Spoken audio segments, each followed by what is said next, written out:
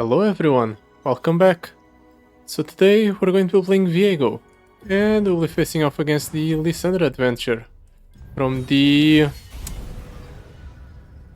World Adventures campaign? Is that what it's called? I haven't played this campaign in so long. And I haven't played this adventure in so long. It's going to be a bit interesting to see how will I fare up. I remember when they first introduced Lissandra into the game, 6 stars were not a thing, so I figured with the lack of content, I should play through her, since it was the first truly hard adventure they released. I'm trying out Viego today because I haven't played Viego in a while, and I kinda want to do a sort of cheaper setup than what I normally use, so I have double Stalker's Blade so that Viego has an impact on the board on summon, and then I have the Corrupted Star Fragment just so we can buff Viego even more with the Mystery Summon. Theoretically you shouldn't struggle that hard. It's against a 5-star adventure after all, but Lissandra can be a bit tricky. The fact that her power prevents us from really popping off in a turn should allow her to stay alive for a while. Honestly, I don't really feel like any of these are that great. Maybe the Gwen is the correct choice, just because Strike Up the Band is a good way to fill up the board, especially with the Summoning Beacon. The Conductor of the Mists gets its cost reduced by our power immediately, and it immediately starts working towards our game plan. And then we have Gwen, which benefits a lot from having extra attack, and we do buff up the attack of all of our units with the All Will Serve. Sure, let's pick up the Gwen. We are... Maybe I should have taken Troll King's Crown instead of the second Stalker's Blade, just so we have access to Overwhelm. Ah no! Right, we have Crush by default. So yeah, we shouldn't really struggle with lethality. None of these powers are that great though. Fortification, slow and steady. Do we have any slow spells in this deck? Possession is a slow spell, but double casting that's useless, and I suppose the Strike Up the Band is a second slow spell we can use.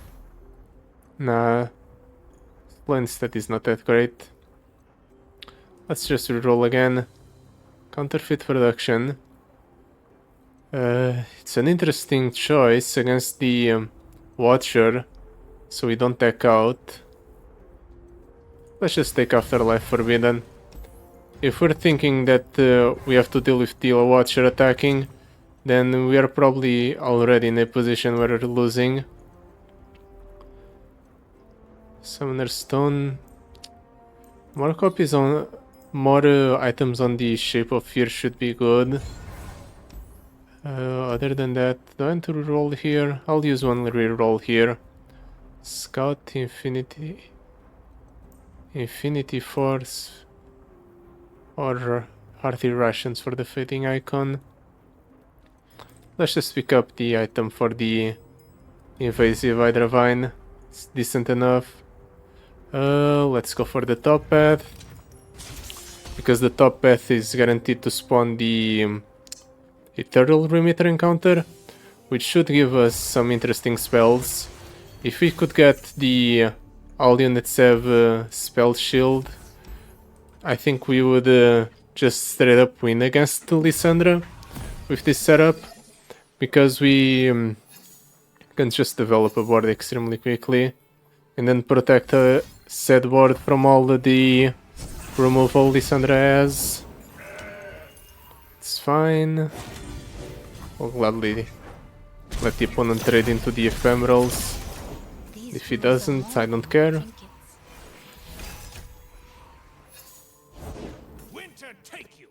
That's fine. How pleasant it is to face off against an opponent that doesn't summon units with a billion stats on the first turn.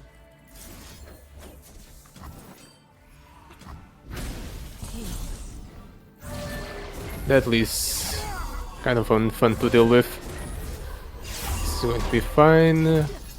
We're going to reduce the cost of the Viego down to 3. I kind of want the opponent to develop something here before I play the Viego. So I suppose I'll do the hapless aristocrat first. It's fine. There's something.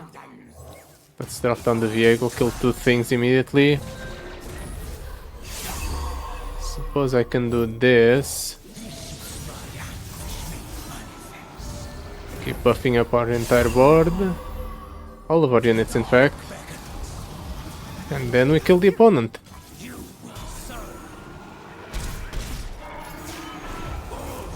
We even level up the Viego, even though it's extremely unnecessary.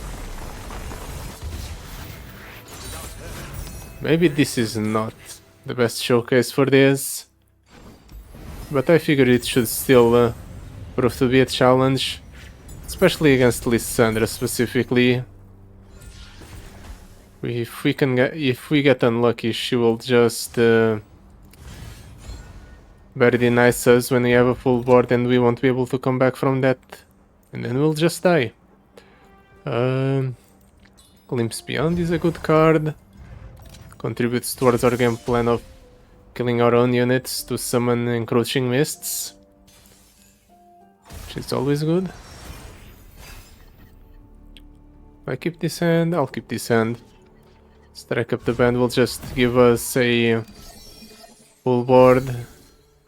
We'll be able to properly block wherever the opponent summons here, even if it's a 22 attack unit.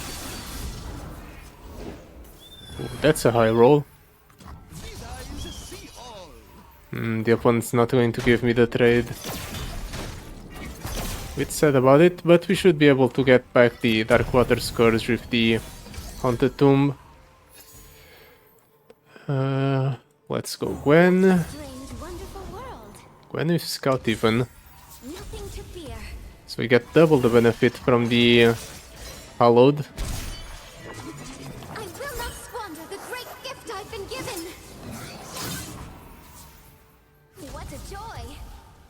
Are you really not going to block, opponent? You took way too much damage. Can drop down the Viego here. I'll do it. It clears 2 of the opponent's units, even if they're the weakest ones. And I can do this to summon a full board of encroaching mists.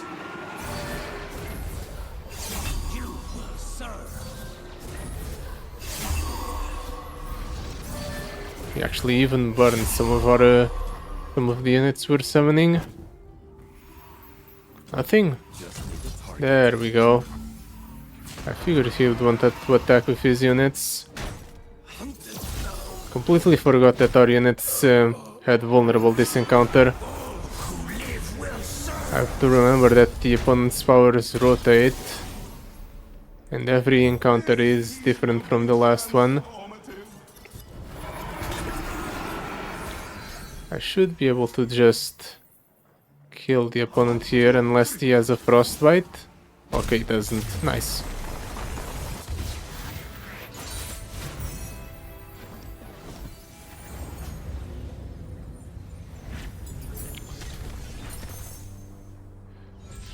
Possession, Atrocity, Sacred Shears.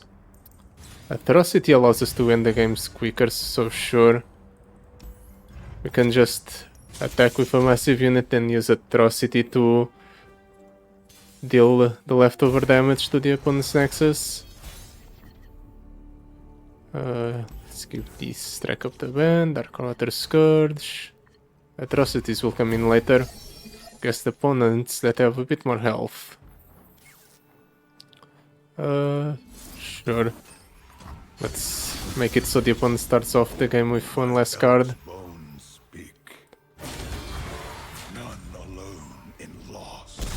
Don't really have to worry about losing 1 health here to the Bone Scryer.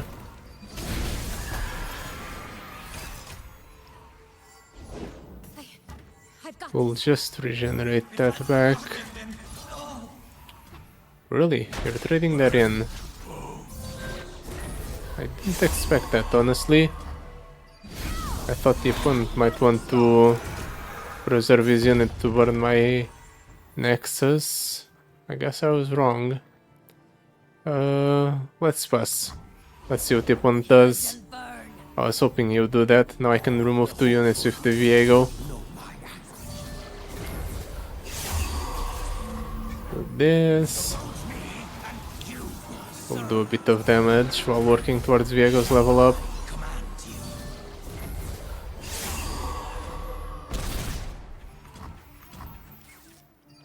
Now all we need is an atrocity. And we just throw Viego at the opponent's Nexus, then we win.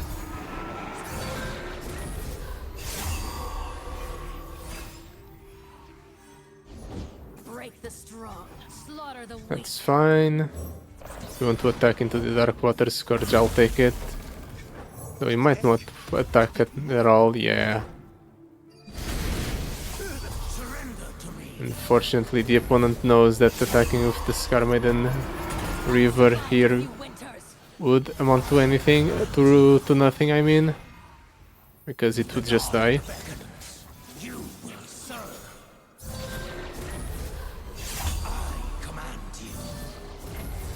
And game over.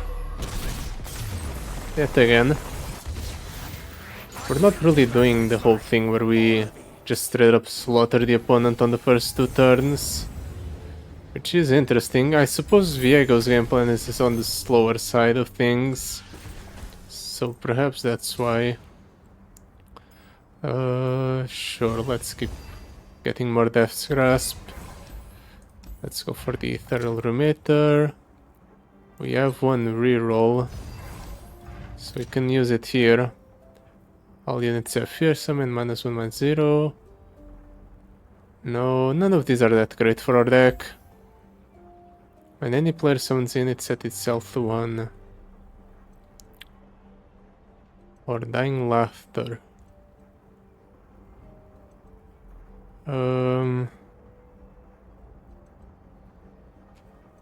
I think Dying Laughter is better for us than it is for the majority of the opponents. Quick draw, fast deal, feral senses.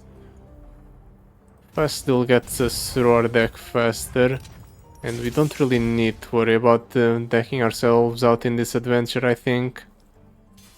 So we'll pick it up and move on.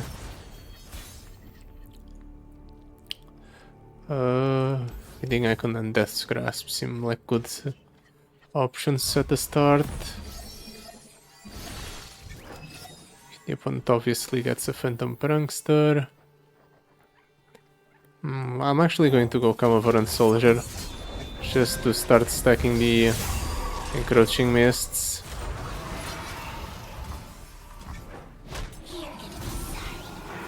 It's fine.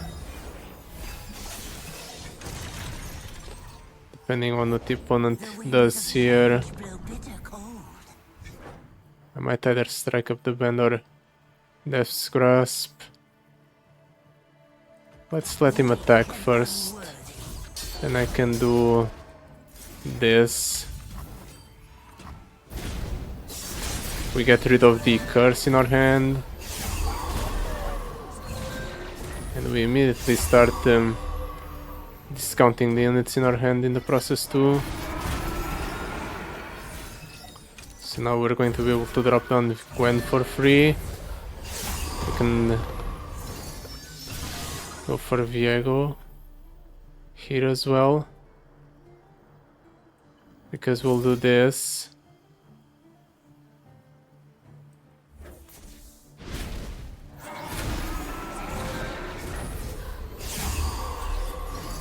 This discounts Gwen by 2, so she goes to 0 and then Viego goes to 5.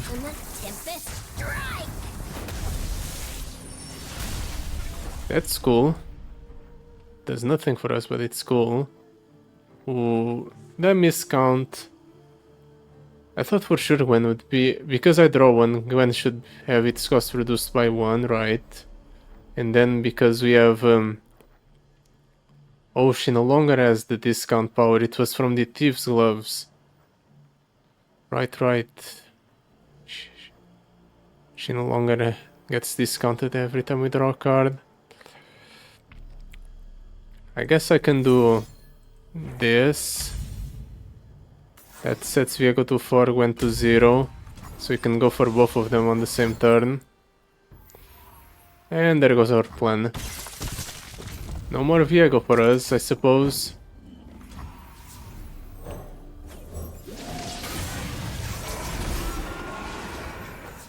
Can still go for the Gwen though.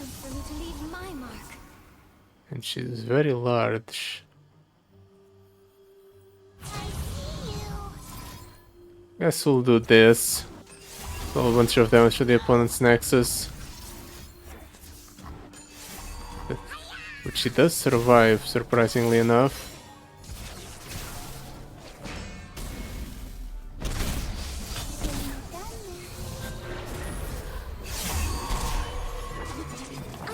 This would be the perfect opportunity to draw a atrocity.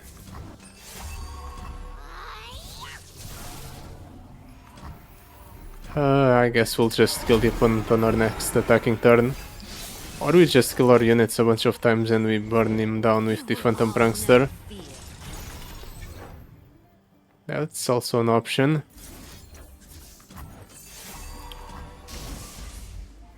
Can steal his unit, use it to kill the opponent's unit. I cannot fail him.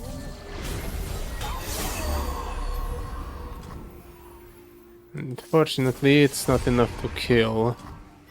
So we'll just attack with everything here yet again. And that will be the end of the opponent. There it is. Came a bit late, wouldn't you say? Could have closed down this game last turn if we had Atrocity. Maybe even before that. The moment we dropped Gwen down and she had Black Cleaver, we could have just thrown Gwen at the opponent's Nexus and it would have been fine. Foreign Dragon, Atrocity. Well, let's pick up another Foreign Dragon, sure. Mind Meld. We can make our deck extremely lean here. I guess we'll cut this. We'll cut this. All of these are good in our deck. I guess we won't cut anything else. But I would have liked to cut even more cards from my deck.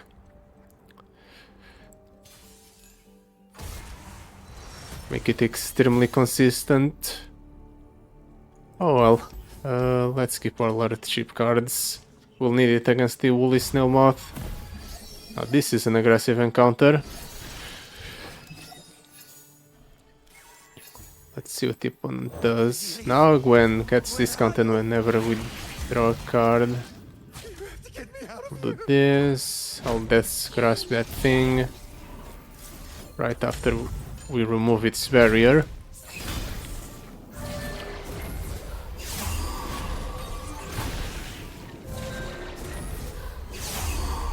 And all our encroaching hits are already at 4.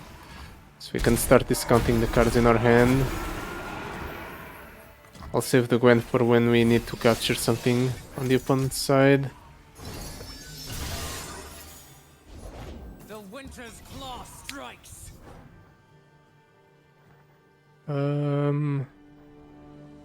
Let's do Strike Up the Band. Still, it builds decently enough with the opponent's board.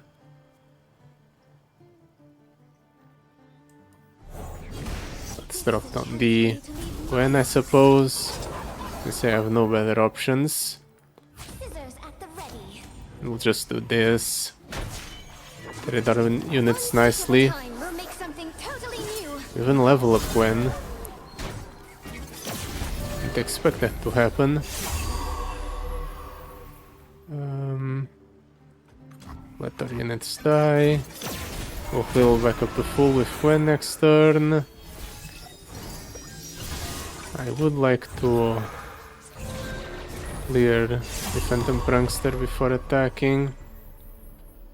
But I suppose I don't need to. Guess I can do this. This kills the opponent. Nice.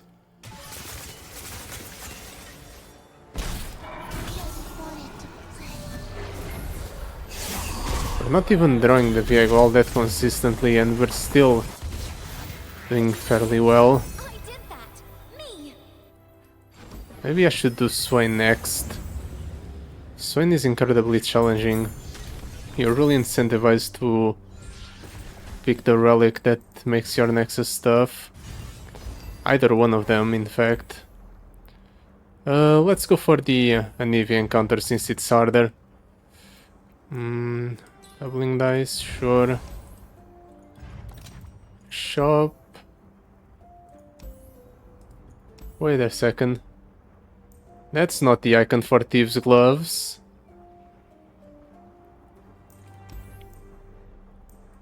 I'm still going to take it. Oh, but there is it's correct, and then it's changed here. Fix your game, right? Let's pick that up too. And it's fine for now. Let's move on. Anivia should be challenging. The opponent starts off with full mana after all. Meanwhile, I'll only start with 4.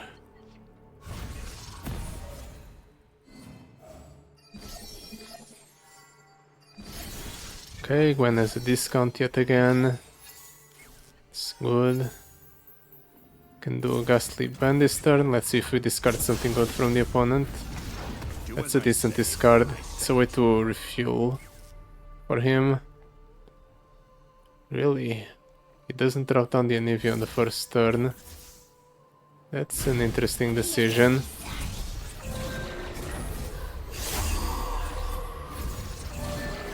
We are not champion, but I don't really care.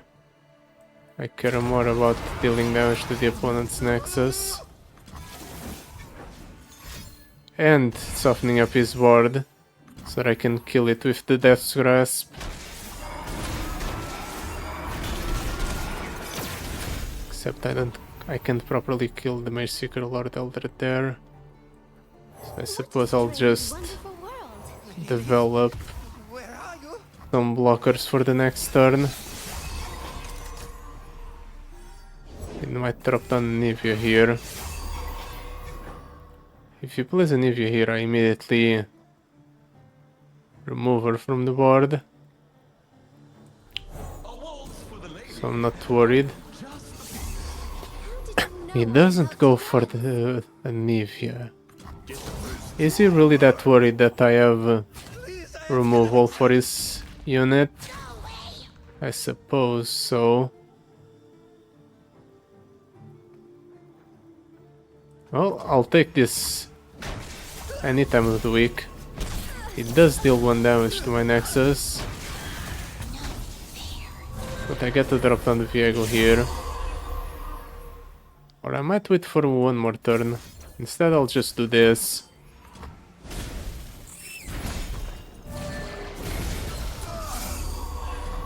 This removes the board buffing.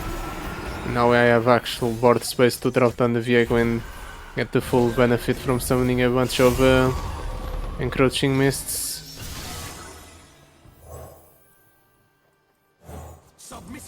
The secondary it offered me the option to override something with Viego, even though I didn't have a full board for some reason. Just do this. And the opponent dies. Unless...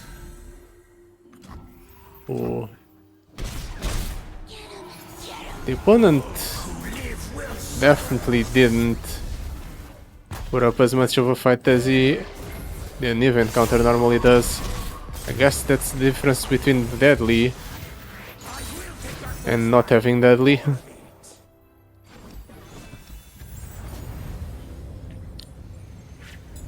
But if we had the very nice, he might have stood a chance. Like the next encounter. I have 400, I have 400. Then we're going Arena Kingpin. Ooh, it's not 400, it's 500, really? I thought it was 400. Well, in that case, let's get rid of the fading icon, sure. Doesn't really matter at this point. But I would have liked that power. I thought for sure it was 400. Maybe I just misremembered, and it's been 500 all along. It's a pretty neat power too. Oh well.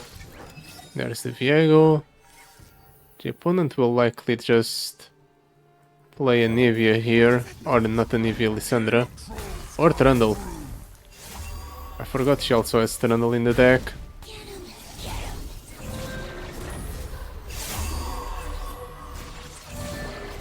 Ooh, Lucian is great with our setup. Now we just have free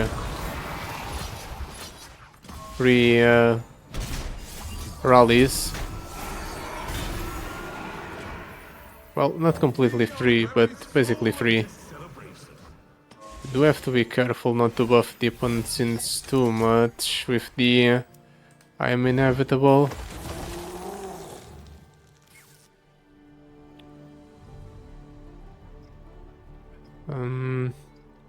Let's do this. Contests the opponent's units nicely. We'll trade both of those in, just so we can kill the Trundle with the Death's Grasp. We'll level up Lucian fairly quickly. This will also allow me to play Viego this turn.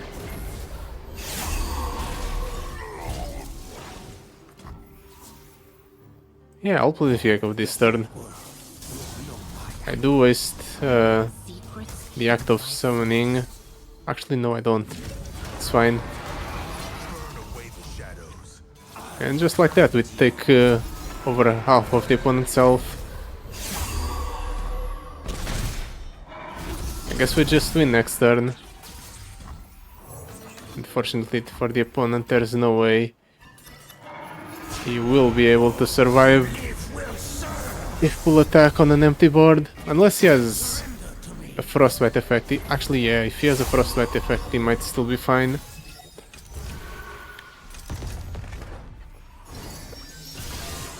But just in case, let's maximize the damage taken by doing this. Double strike with the Lucian, deal max damage with Viego. I guess if he frostbites these two... Okay, he doesn't have a frostbite. Well, that was underwhelming. I guess I haven't played this adventure in a long while, so I figured it would be harder than it actually was. I guess it goes to show how strong the 6-star champions actually are. They can easily do one of the first actually hard adventures in the game. So yeah, that will be it for today. Thank you so much for watching. I'll see you next time. Goodbye. Till then.